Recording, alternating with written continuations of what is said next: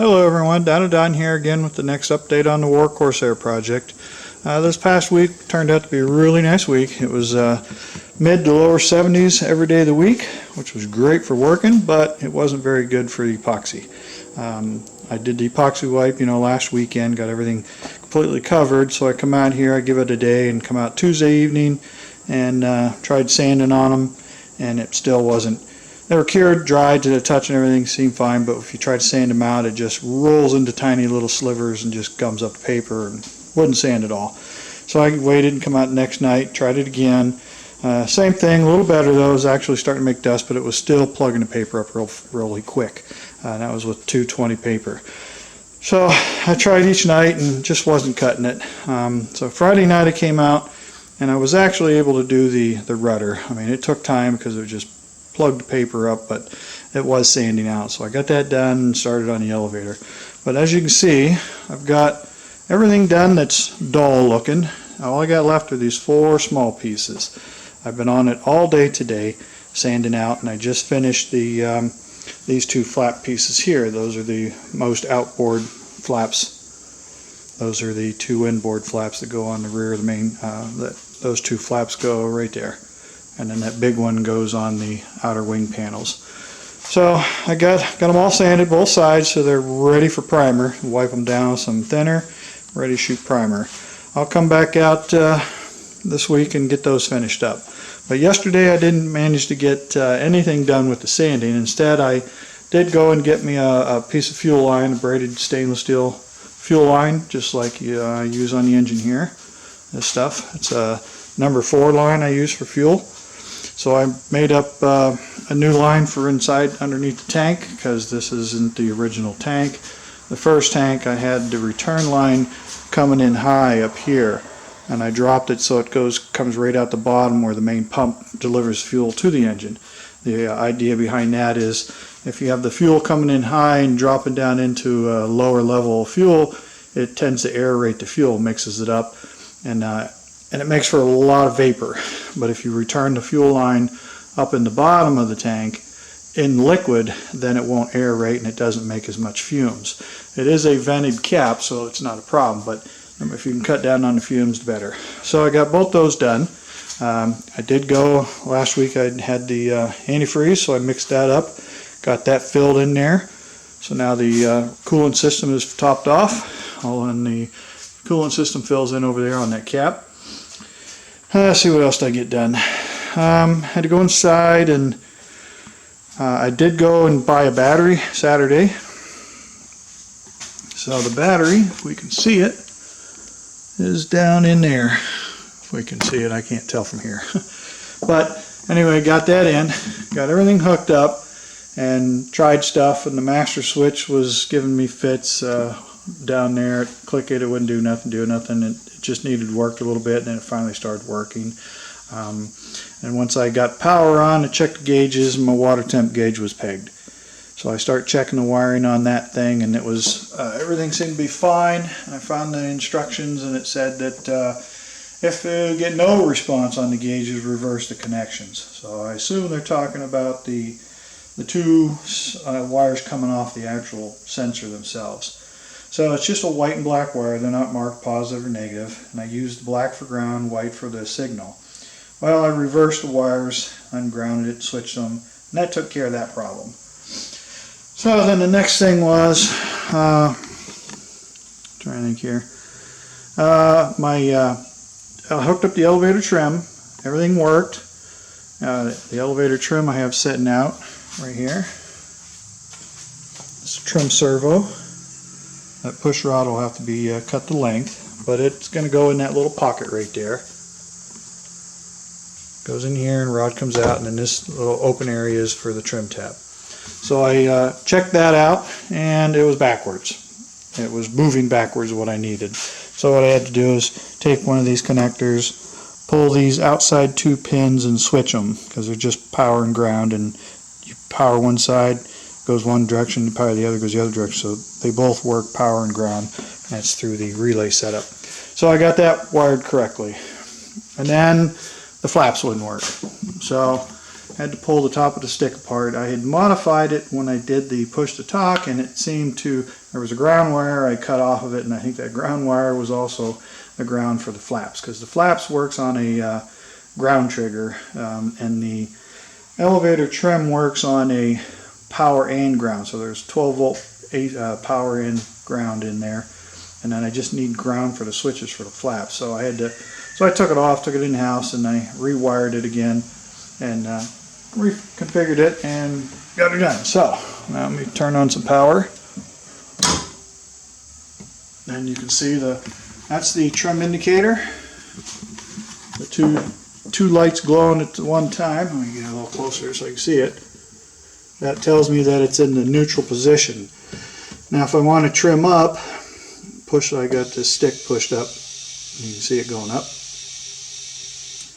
Let me get back here so you can see the actual thing working, if I can see it.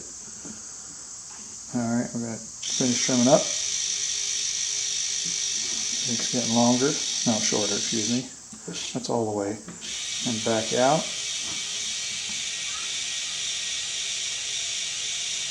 So it's a nice slow trim piece. That's not all the way out, but you can see it's just above center. Let me trim her back to center real quick. That's still up, sorry.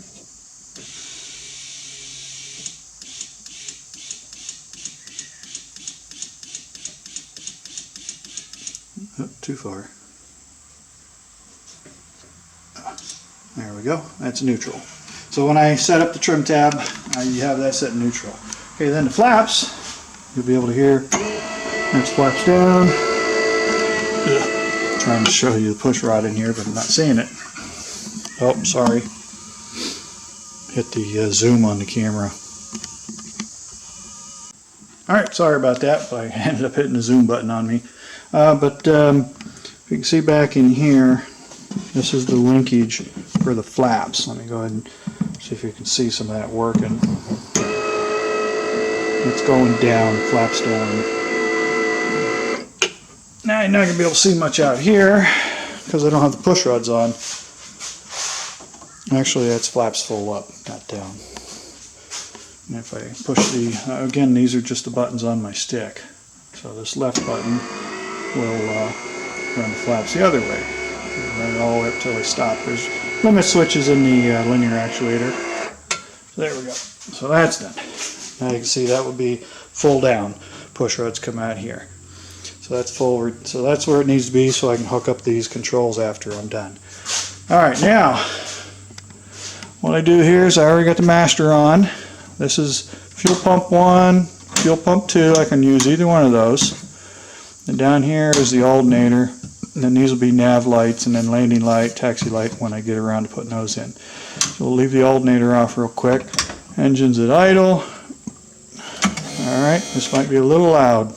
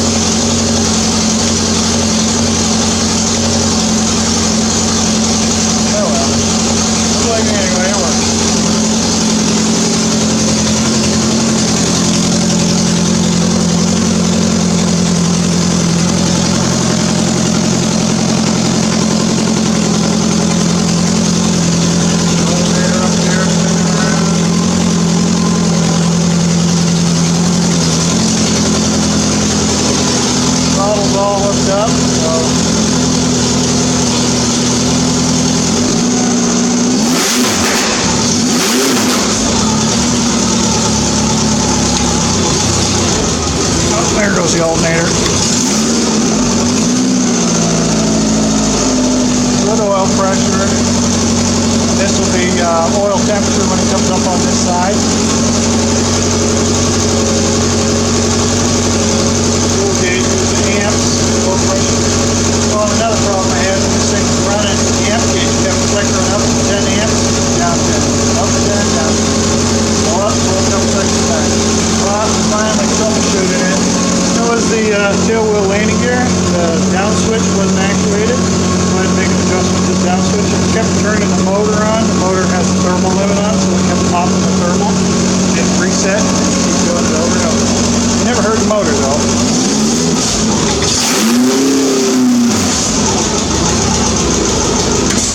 There it is, folks. Just gas and go. Alright, well, I guess that's going to do it for this week's update. I'm going to go ahead and finish sanding these controls out, so next weekend I'll be able to throw some primer on it. The goal would be to get them primed up Saturday, painted on Sunday. That's what I was going to do this weekend, but I got a little sidetracked with that project.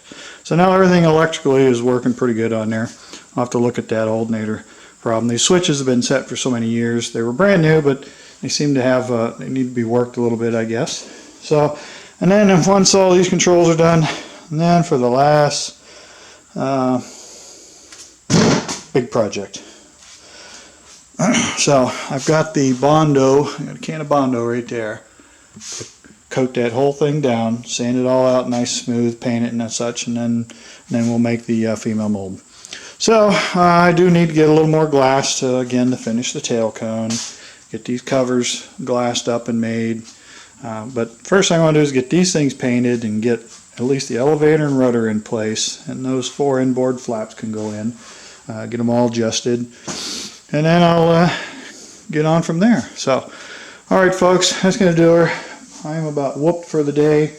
It's like 82 degrees, 75% humidity out here, and it is muggy.